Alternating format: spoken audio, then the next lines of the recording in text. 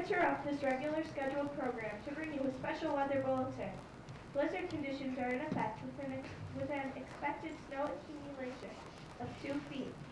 The snow will last through the night as temperatures plummet. This, along with strong winds, will make travel extremely hazardous.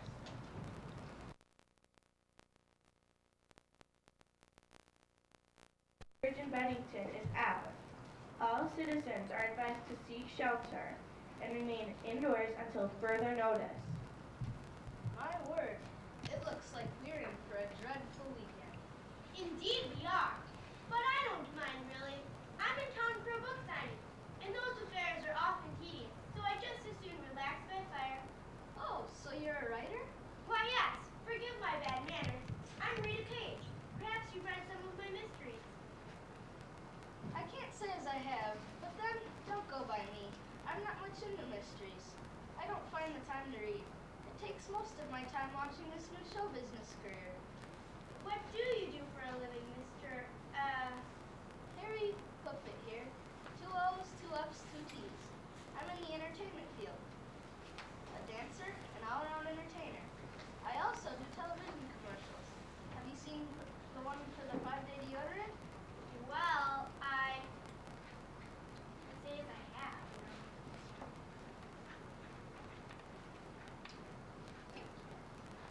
Merciful heavens and glory be, did you ever see such a storm? I need a hot bath to get a chill on my bones just as soon as I check in. Where's the desk clerk? I don't think the desk clerk showed up for work, but the manager's office is just over that way. How'd you do, Mr. Nelson Kennard, at your service? I have a reservation for one. My name is Miss Tammy Maynard. I'm in for a revival meeting at the Holy, Devout, and Truly Prayerful Network Chapel, of which I am an ordained high deaconess. Here you are. Reservation confirmed. Here is your room key. I am sorry there's no bellboy to help you with your luggage. Our bellboy resigned. I would offer to help you carry your suitcase, but I'm afraid my back went out. The doctor says it's from stress. It makes no never mind to me. The angels will help me with my load. But I'll pray upon your back for speedy healing, for a small offering. Thanks very much, I'm sure. But I put all my faith in Bengay and my Sears Roebuck heating pad. Heathen, I'll pray for you anyway if you let me stay free at the hotel. I am sorry, madame, but that is strictly against the company policy. What an interesting character she is. Let me just jot this down in my notebook.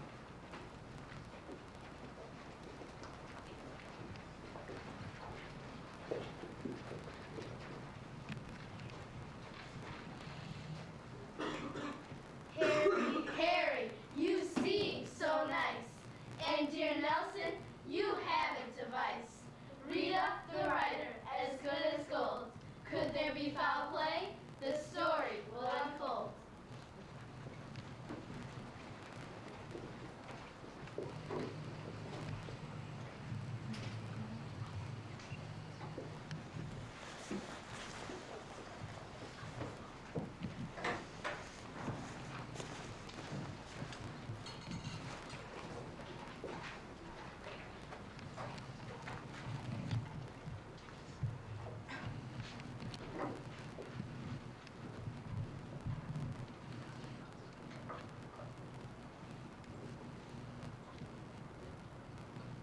Allow me to make introductions.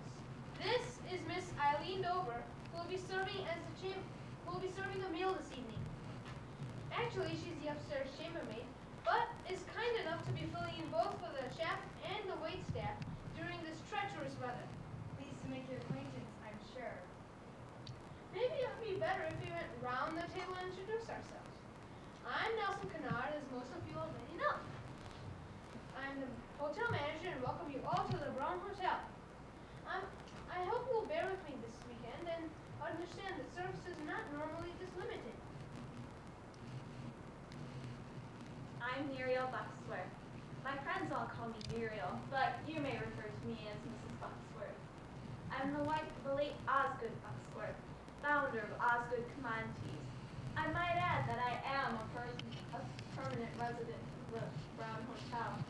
Osgood saw to this before his untimely departure from this earth. Well, I am Milton Hadley, toy salesman extraordinaire.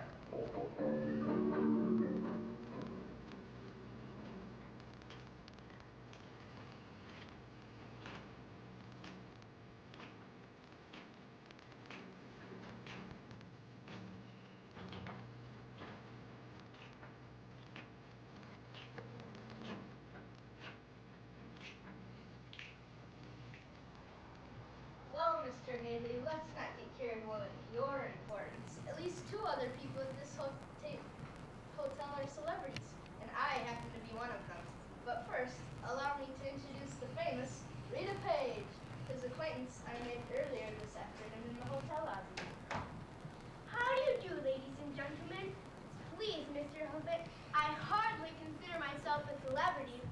While it is true that I do enjoy a full and lively career, I am a reserved woman and prefer the comforts of solitude whenever possible. I need my quiet time in order to write the perfect novel. Inspiration for that may come at any time. Well, Rita, as Golda Meir once said, don't act so humble. You're not that great. How very amusing, Mr. What was your name again? Rita, Rita, none can beat her. Her books are good, but they're not funny. Does she write them for love or just for the money?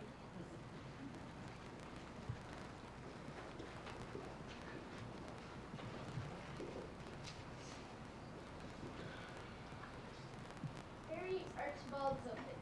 And if things get too boring this weekend, I'll dance my way into your hearts. Dancing is my profession. I also do television commercials. Have you seen the one for the 5-day deodorant? Well, that's my armpit. How very charming, Mr. Hubbard. If I ever watch that odious thing called television, I'd be sure to tune you in. I do not watch much TV myself, but you can catch my act at the Scooby-Doo Club in New York City. I do not travel, Mr. Hubbard. You see, I have a darling little dog named Peabody who is entirely devoted to me, and I could not possibly bear to put Peabody in a kennel, and most of the finer hotels do not permit pets. Mrs. Bucksworth, with all due respect, people like you make me sick. I'm not only allergic to your nasty little mutt, I'm expected to clean up after both of you, day in and day out. Peabody sheds all over the furniture and barks constantly. One time, I slipped on his regurgitated chicken livers and fell and hit my nose on the toilet. My nostrils were so flattened, people were calling me Miss P for weeks. What are you laughing at, Miss Goody Two-Shoes? Enough mascara on your face to black out the parking lot? I know all about you and your shady past.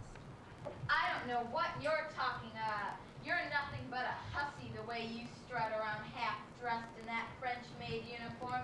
It's a wonder you don't catch your death. I think you know very well what I'm talking about. My Aunt Thelma used to live next to you before your association with the holy, devout, and truly prayerful Network Chapel. I've got the goods on you, and I'm just liable to spill the beans.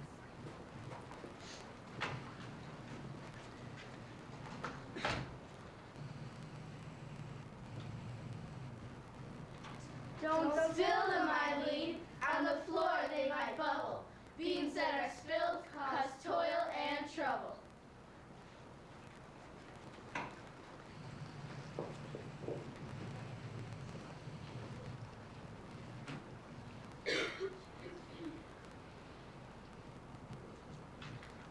I don't have to sit here and listen to these vicious lies. I've completely lost my appetite and I'm going up to my room. You didn't have to be so rude to Miss Knott, you know. She is, after all, a hotel guest, and you are in the hospitality business. Don't talk to me about hospitality, Nelson Bernard. When I was dating you, I took an awful lot of your guff. I'm just waiting on this flea bag hotel till my darling fiance makes it big on Wall Street.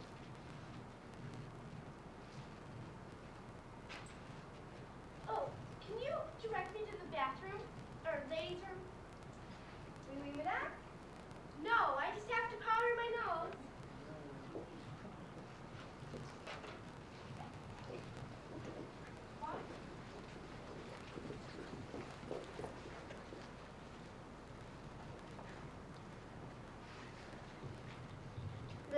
Tension is mounting. The scene has been set.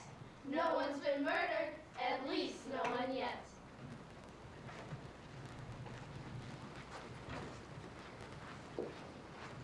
Why in the world did Miss Page take her notebook to the ladies' room?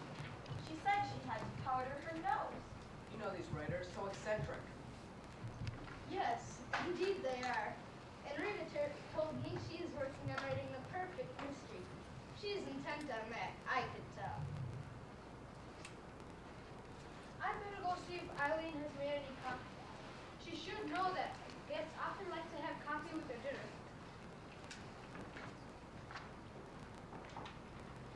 Gee, what a surprise that Nelson Eileen used to be an item. I've been staying at this hotel, on and off, for a number of months as I travel about the country. Eileen and I often sat in the bar sharing some brandy after hours. She never said anything about Nelson. Oh, I could have told you had you asked. I know everything that goes on in the Brown Hotel.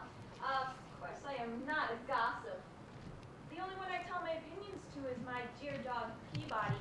Of course, if I'm asked, I will tell whatever you wish to know. I am wise in the ways of the world.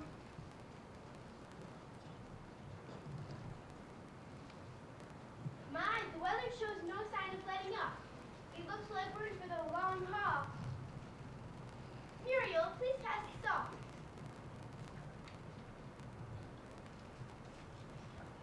Well, Milton, you and Eileen have a thing going? She's quite the flirt. Eileen and I are just friends, not close, mind you. I'm just kind of at a loss for companionship, and it's nice to have someone to talk to when I come here on business trips. What kind of toys do you sell, Mr. Hadley? A little bit of everything. You name it. Barbie dolls, modeling clay, puzzles, trucks, trains, Legos. Is it a lively business, Milton? Pretty dog-eat-dog, actually, Rita. I cart my sample cases all over the country. I have some pretty faithful customers. And then there are those that give me the bum's rush. With all these new electronic games, the competition's pretty stiff. The real money's in designing toys. Salespeople make peanuts compared to the designers. My dear Osgood, may he rest in peace, started out in sales when we were first married. Daddy got him started on the ground floor. I'm in sales just for the time being. What I really want to do is invent. I have a lot of great ideas. I heard some scuttlebutt about one of your inventions. Of course, I'm sure it's nothing. What are you talking about, Muriel? Well, I wouldn't normally say anything about Eileen, but after that incident with my dog, You oldie ladies are all alike, treating your pets as they were people for crying out loud. I had an aunt that used to put red toenail polish on her box turtle's claws. Go figure. well, Mr. Hotfoot, how would you like it if you found your poor, helpless, defenseless, poor little dog trapped in a closet, nearly suffocated when you came back from shopping? Are you saying Eileen was that cruel? I'd have reported her to the SPCA. I'm really an animal lover at heart. I know you are, Harry. What's that smell? Muriel, you were saying about the invention. Well, I heard tell that Miss Eileen Dover sold a design that Mr. Headley had created. Apparently she sold the drawings to Whirligigs R Us. Eileen wouldn't do such a thing. She holds everything I tell her in complete confidence. If Eileen were so trustworthy, how did Muriel know it was a whirligig you had invented? Indeed. I wouldn't put anything past that Eileen.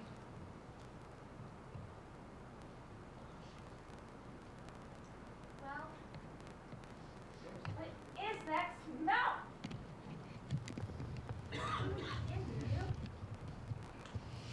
Allergies.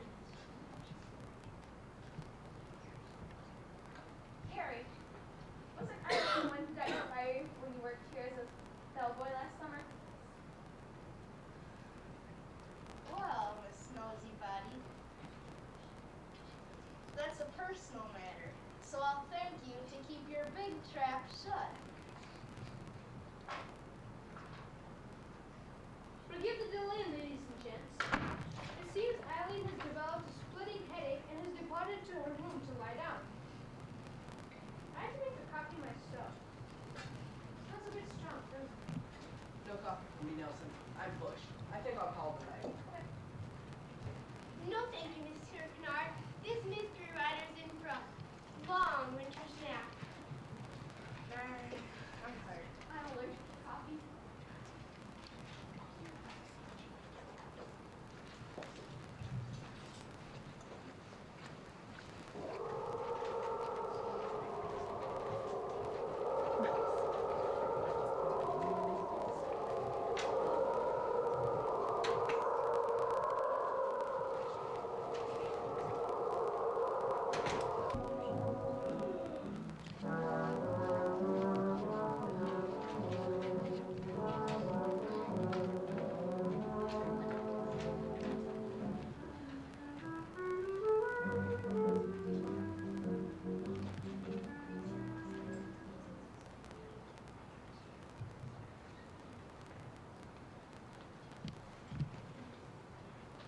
That's Milton. He's always late coming.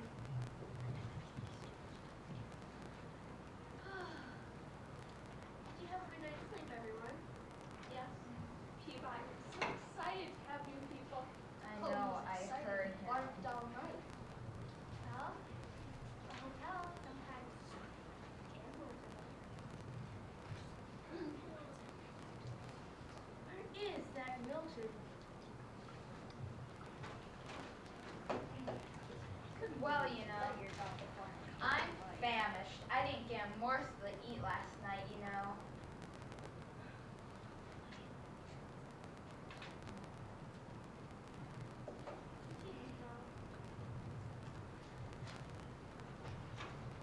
I wonder where the manager could be.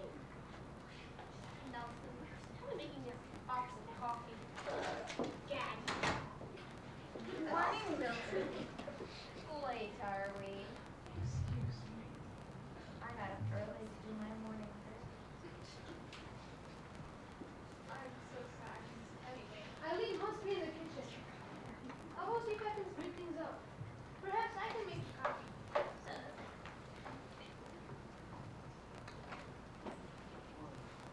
I'm not that fussy. Give me a bowl of bran buds and my day will be fine. What is that smell?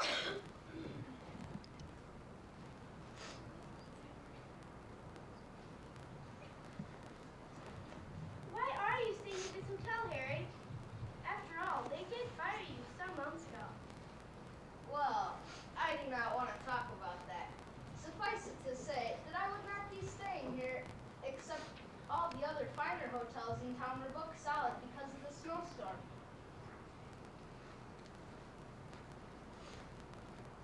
I understand that.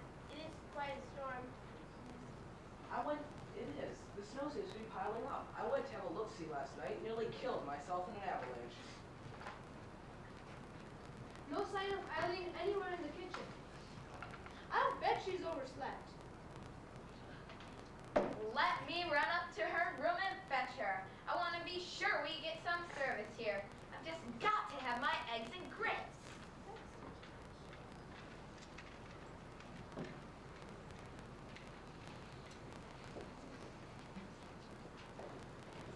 Of course, bran buds are the way to go, I think. None of that fat and cholesterol. Wouldn't you say, Milton?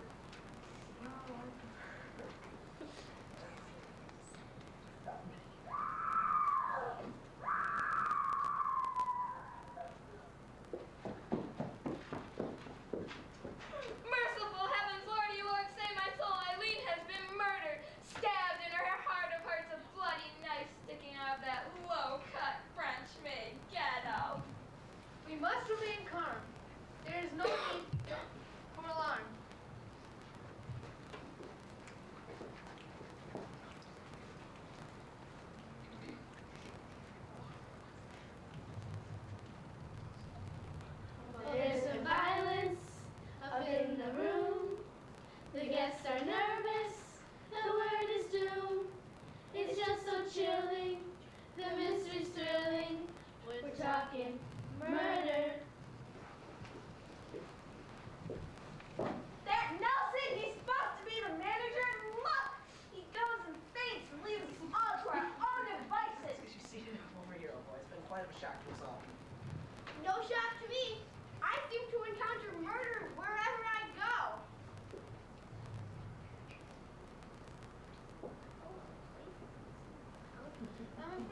to make your own breakfast. I am a bit too woozy to cook.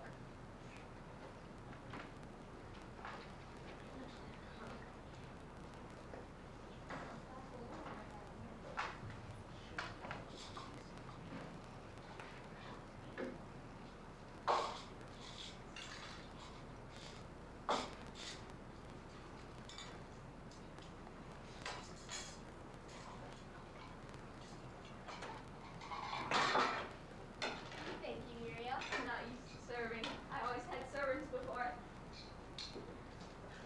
Here's a bowl for you here.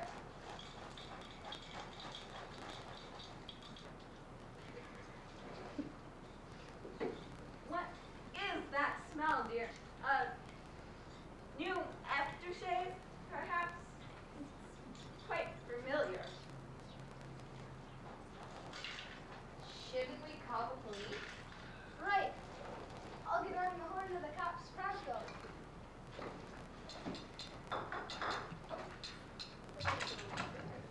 I'm not getting any dial tone. The phone line's dead. Must be the storm knocked out the power. No, see here? The wire's been cut. But never mind. I'll solve this crime.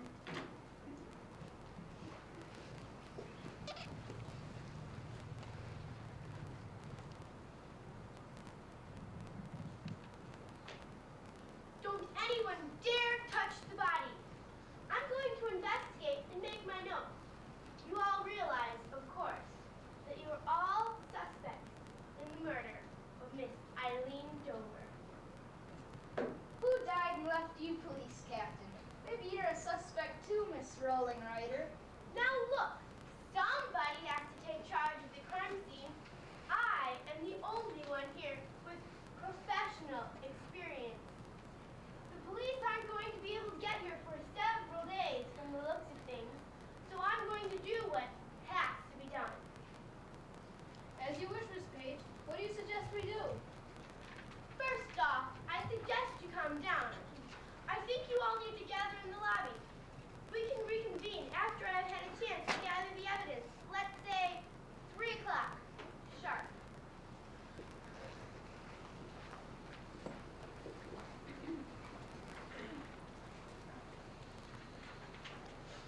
Gather the clues, the puzzle to solve. Follow the action, the facts will evolve.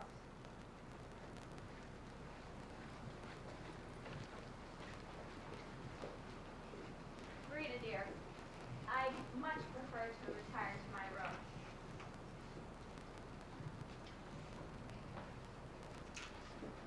Muriel, use your head.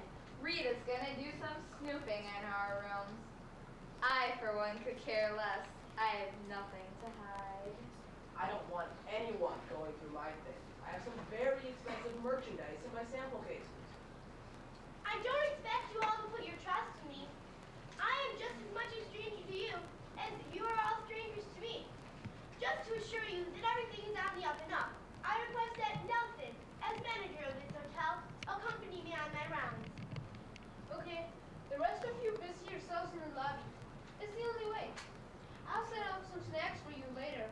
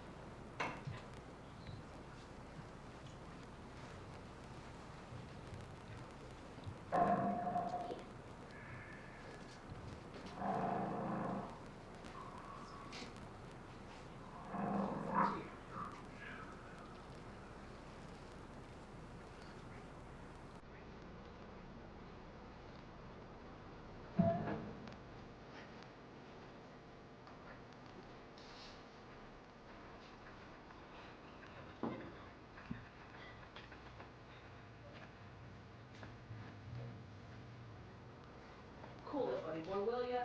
I have a rotten headache and I didn't get much sleep last night, and I'd appreciate a little peace and quiet. Maybe we could hear a song from you later. This is the time I have reserved to read my prayer book.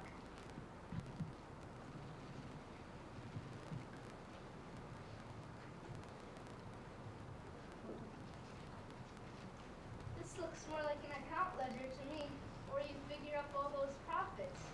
And I don't mean those biblical profits either. I'll pray for you, Harry, that you learn to mind your own business. This is a list of all the charitable donations I make in the name of the Holy Devout and Truly Prayerful Network Chapel. You two can sit here and squabble if you want to. I, for one, do not intend to flip away this entire afternoon. Well, Miss Know-It-All reports this office so